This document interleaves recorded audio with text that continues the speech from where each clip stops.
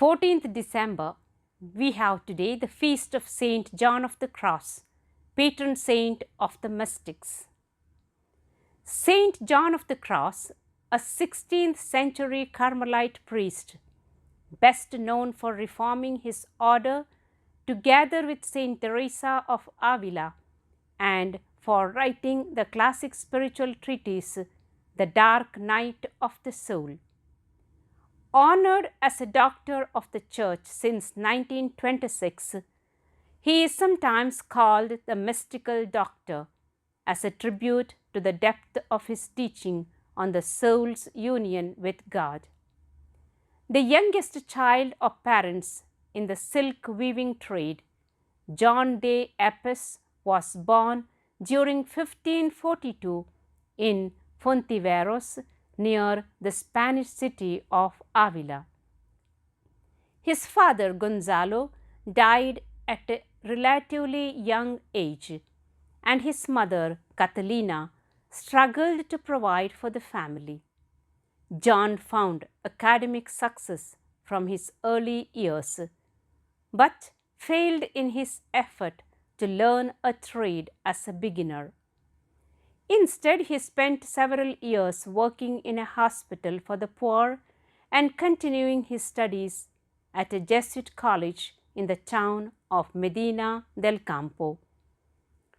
After discerning a calling to monastic life, John entered the Carmelite order in 1563. He had been practicing severe physical asceticism even before joining the Carmelites and got permission to live according to their original rule of life, which stressed solitude, silence, poverty, work, and contemplative prayer. John received ordination as a priest in 1567 after studying in Salamanca, but considered transferring to the more austere Carthusian order rather than remaining with the Carmelites. Before he could take such a step, however, he met the Carmelite convinced John not to leave the order but to work for its reform.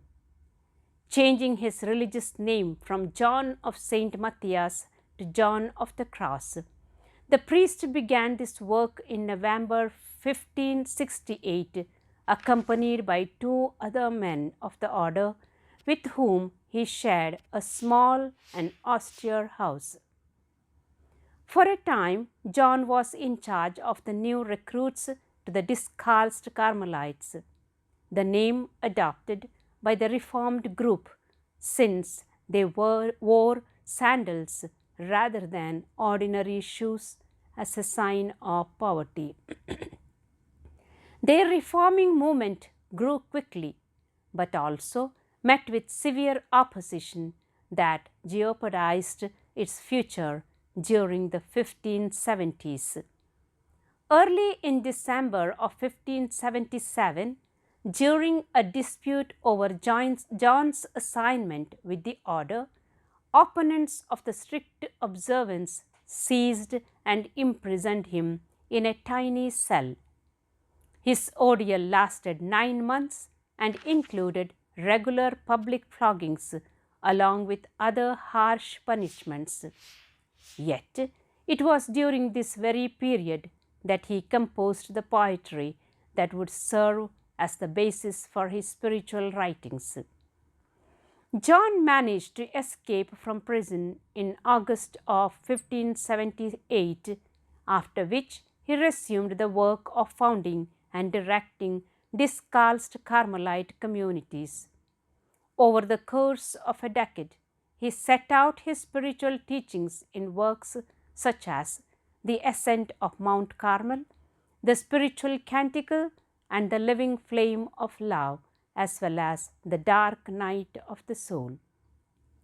But intrigue within the order eventually cost him his leadership position, and his last years were marked by illness along with further mistreatment.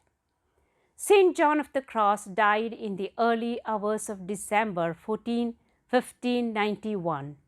Suspicion, mistreatment, and humiliation had characterized much of his time in religious life, but these trials are understood as having brought him closer to God by breaking his dependence on the things of this world. Accordingly, his writings stress the need to love God above all things, being held back by nothing and likewise holding nothing back. Only near the end of his life had St. John's monastic superior recognized his wisdom and holiness. Though his reputation had suffered unjustly for years, this situation reversed soon after his death. He was beatified in 1675, canonized in 1726, and named a doctor of the Church in the 20th century by Pope Pius XI. In a letter marking the 400th anniversary of St. John's death, Pope John Paul II, who had written a doctoral thesis on the saint's writings, recommended the study of the Spanish mystic, whom he called a master in the faith and witness to the living God. In his life and writings, John of the Cross has a crucial word for us today. We tend to be rich, soft, comfortable. We shrink even from words like self-denial, mortification, purification, asceticism, discipline. We run from the cross. John's message, like the gospel, is loud and clear. Don't if you really want to live.